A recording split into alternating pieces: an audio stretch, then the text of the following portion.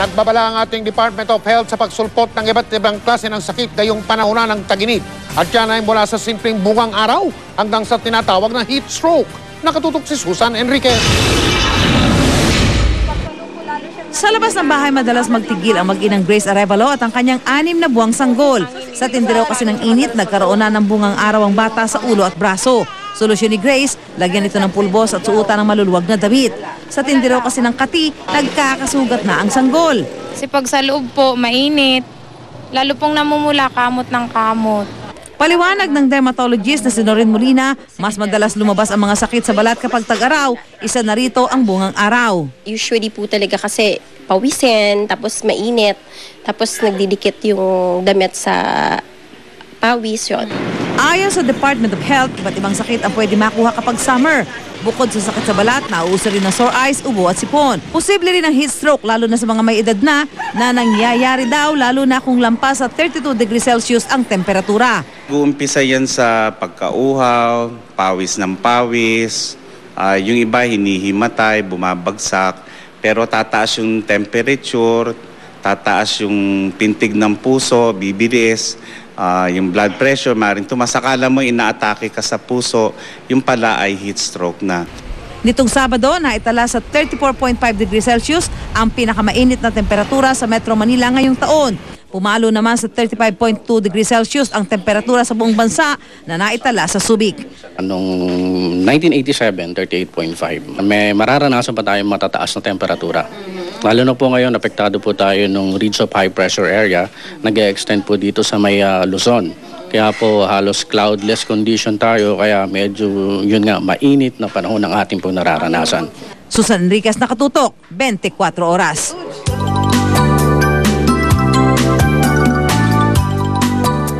Naghahanap ba kayo ng mapapasyalan ngayong tag-init?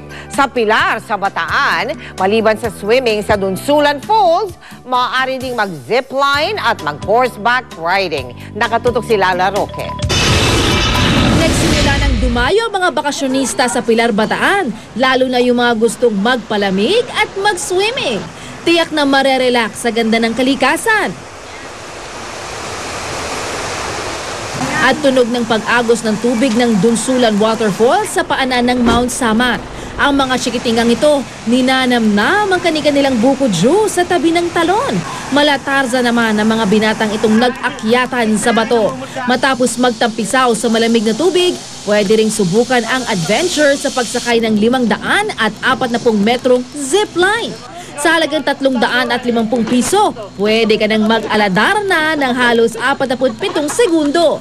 Si Kuya, parang gusto pang umulit. Sarap! At hindi pa rin nagtatapos ang kasiyahan, meron ding horseback riding. Paboritong pasyalan din ng mga beach tuwing tag-init, tulad dito sa Siliman Beach sa Dumaguete City. Mapa baby man o matanda, pati si Bantay kasama sa outing. Tila naninigas na sa takot sa tubig si Doggy. Libre ang entrance at mura lang ang rental ng mesa, kaya naman patok din itong hangout ng mga estudyante. Lala Roque, nakatutok, 24 oras. Susunod! Lalaking wala raw pambayad ng pamasahe, sugatan matapos tumalon mula sa bus sa Commonwealth Avenue. Senadora Miriam Defensor Santiago, bumelta sa pahayag ng isang pari na pwede na siyang mapunta sa impyerno dahil sa pangiinsulto niya sa prosekusyon sa impeachment trial.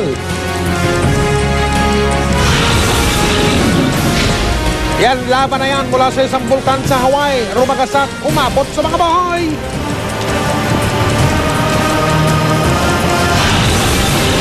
Ang tinatawag na horse fighting o sabong na yan ng mga kabayo sa lalawigan ng South Cotabato, patuloy kahit pinabatikos.